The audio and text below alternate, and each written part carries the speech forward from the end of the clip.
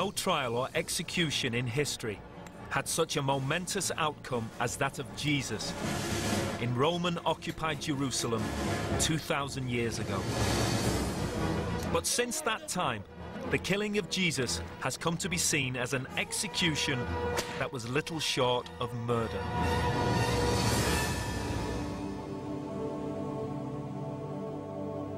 Historical evidence suggests that there are three main suspects. Caiaphas, the high priest of the great temple at Jerusalem;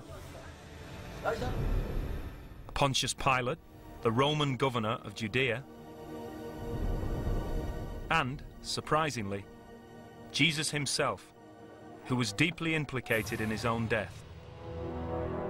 So who was responsible for the death of Jesus?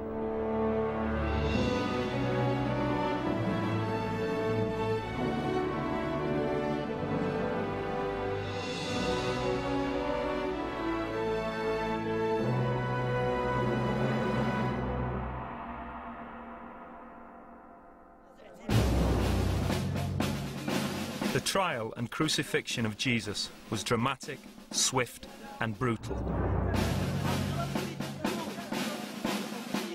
To examine the evidence, we need to revisit the fateful week before the murder of Jesus.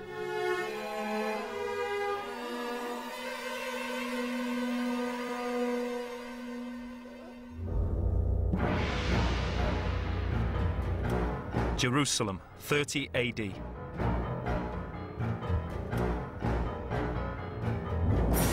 Thousands are pouring into the city to celebrate the festival of Passover.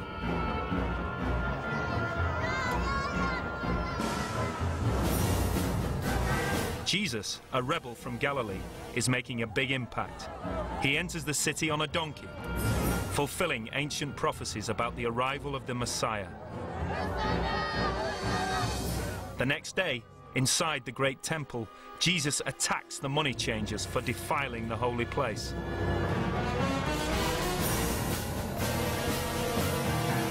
The high priests of the temple call a secret meeting.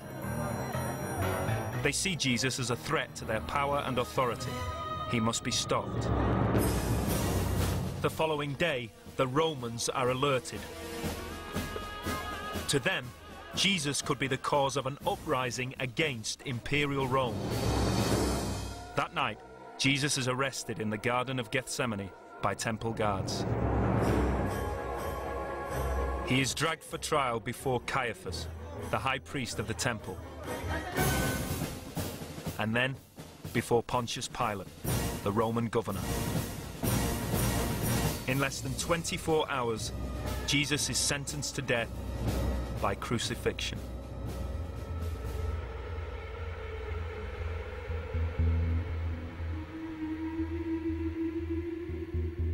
There are three main suspects for the killing of Jesus, and there is strong evidence against all of them.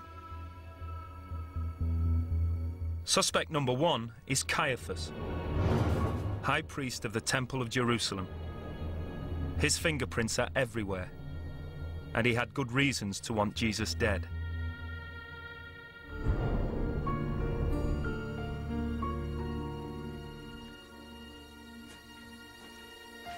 Caiaphas was the most powerful high priest in the history of Judea. He was a man of enormous influence right across the life of Jerusalem. He was high priest for 18 years when the average survival time in office was just 4. He also had supreme political skills and a shrewd ability to cooperate successfully with the Romans, the ultimate rulers of Judea.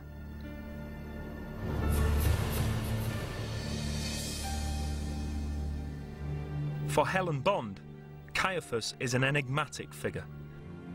She is researching his life and has studied the power structure of the high priests in the Jerusalem temple and their relations with the Romans. Caiaphas is a wealthy Jerusalem aristocrat. He comes from a good priestly family and is well connected. He has an enormous amount of prestige in Jerusalem because of his position. He's the high priest in the Jerusalem temple. This puts him at the very top of Judean society. Although Judea was controlled by the Romans, civil and religious law was in the hands of the Sanhedrin, the supreme council of Jews. It had 71 members, mostly chief priests, and was presided over by the high priest, Caiaphas. The way the system worked was that the Romans appointed a governor, the governor appointed the high priest, and in this case, Caiaphas and Pilate seemed to have had a very cozy relationship. The high priest Caiaphas and the other high priests depended completely on the Roman approval, and to maintain Roman approval, they had to maintain order in the society. Position and power are precisely what Caiaphas and all the chief priests stood to lose if the people began to follow Jesus. That could lead to unrest, maybe even revolution in Judea. And they stood to lose something else, much more concrete.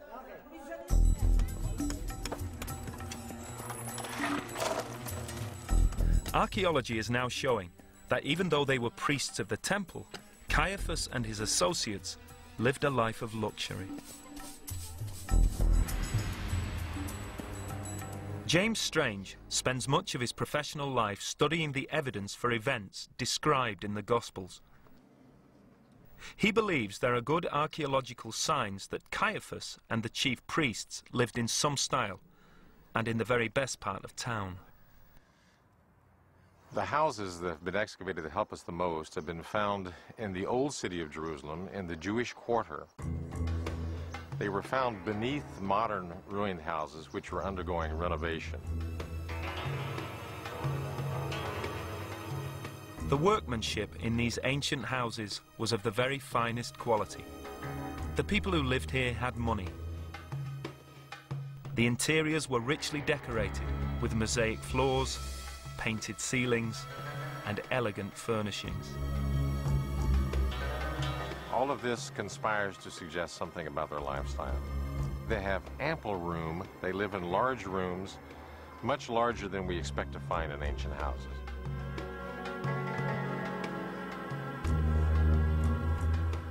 As the archaeologists dug beneath the floors of these lavish houses, they made an even more important discovery.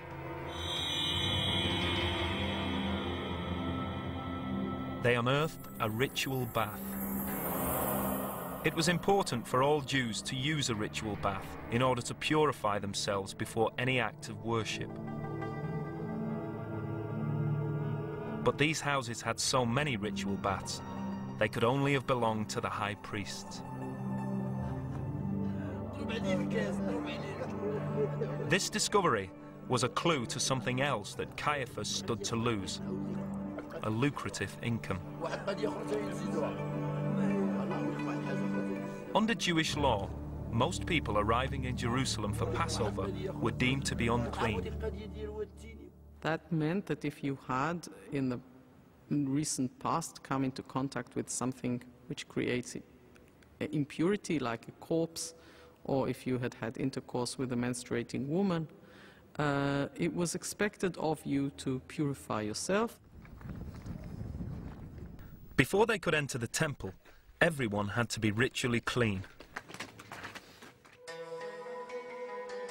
Immersion in the water of a ritual bath would ensure purification. The priests had baths strategically placed outside the temple for public use. Everyone, even the poorest, had to pay for these rituals, and they were not cheap.